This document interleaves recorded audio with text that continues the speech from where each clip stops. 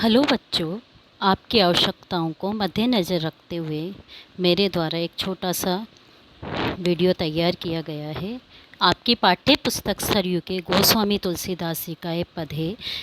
यहाँ पर मंदोदरी को, गोस्वामी तुलसीदास जी के बारे में आप जानते ही हैं कि भक्ति काल के कवि हैं और इन्होंने राम की भक्ति की है और इनका प्रमुख ग्रंथ है रामचरितमानस, जिससे ये अवतरित है। इसके उसमें सुंदरकांड से अवतरित है। मंदोदरी द्वारा जो रावण को सीख दी गई है उसका ये वर्णन है। उसमें ये वर्णन है कि जब रावण सीता का हरण करके ले आता है तो मंदोदरी रावण को सीख देती है कि आप उनकी पत्नी को ससम्मान वापस लौटा दीजिए, जैसा कि एक विवेकशील पतिव्रता नारी हमारे भारतीय इतिहास में करती आई है। वही भूमिका यहाँ पर मंदोदरी निभा रही है।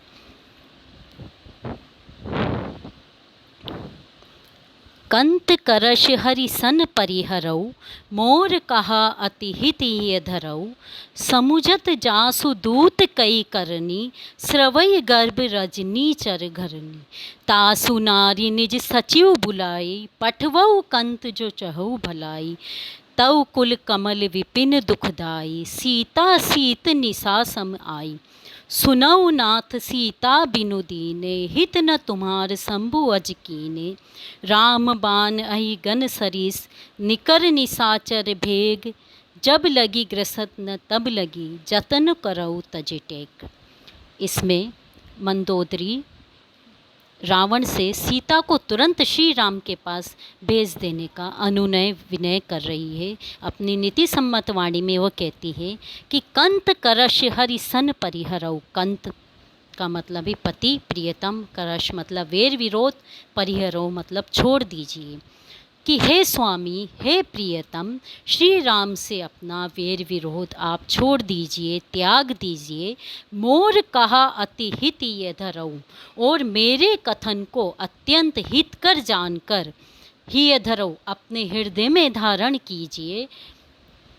समुझत जासु दूत कई करनी, जिन श्री राम के दूत के पराक्रमी कार्यों का स्मरण करने मात्र से, यहाँ पर हनुमान जी की ओर संकेत कर रही है मंदोदरी कि जिस प्रकार हनुमान जी ने समस्त लंका का विनाश किया था उसे याद दिलाती है रावण को और कहती है कि आप समझिए, जिसके दूत की पराक्रमी कार्यों का स्मरण करने मात्र से ही स्रवई गर्भ रजनी चर घरनी, राक्षसों की स्त्रियों के गर्भ गिर जाते हैं।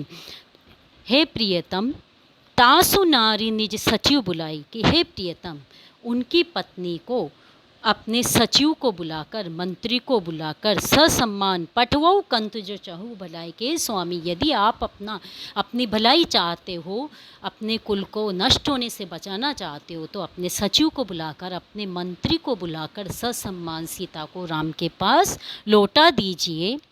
तव कुल कमल विपिन दुखदाई, सीता सीत निशा सम आई, कि सीता आपके कुल रूपी कमलों के वन को दुख देने वाली सर्दी की रात्रि के समान आई है।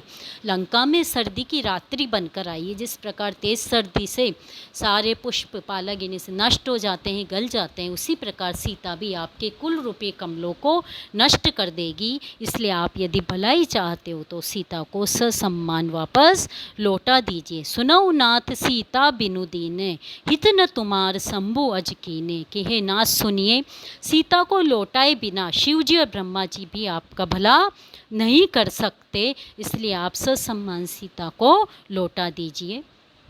राम बान अहि गन सरिस, निकर निसाचर भेक। जब लगी ग्रसत न तब लगी, जतनु करऊ तज टेक। श्री राम के बाण सर्पों के समान है। अहि मतलब सर्प, भेक मतलब मेंढक, कि श्री राम के बाण सर्पों के समान है और राक्षसों के समूह मेंढकों के समान है। जब लगी ग्रसत न तब लगी, जतनु करऊ तज टेक। जब तक वे सर्प रूपी बाण इन मेंढक रूपी राक्षसों को डस या ग्रस नहीं लेते, हे स्वामी, हे नाथ, उससे पहले ही आप अपनी हट त्याग कर सीता को ससम्मान राम के पास लौटा दीजिए। इसी से आपके राक्षस कुल का विनाश होने से बच सकता है। इस प्रकार मंदोदरी रावण को समझाती है।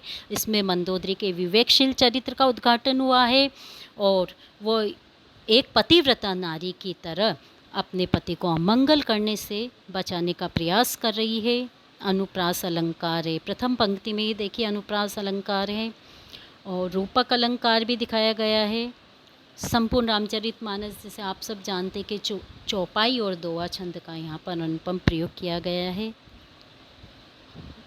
मेरी इस वीडियो को ज़्यादा से ज़्यादा बच्चे सुने और अन्य बच्चों को भी इसकी जानकारी दें, ताकि वो ग्रुप से ज़्यादा संख्या में जुड़कर लाभान्वित हो सकें।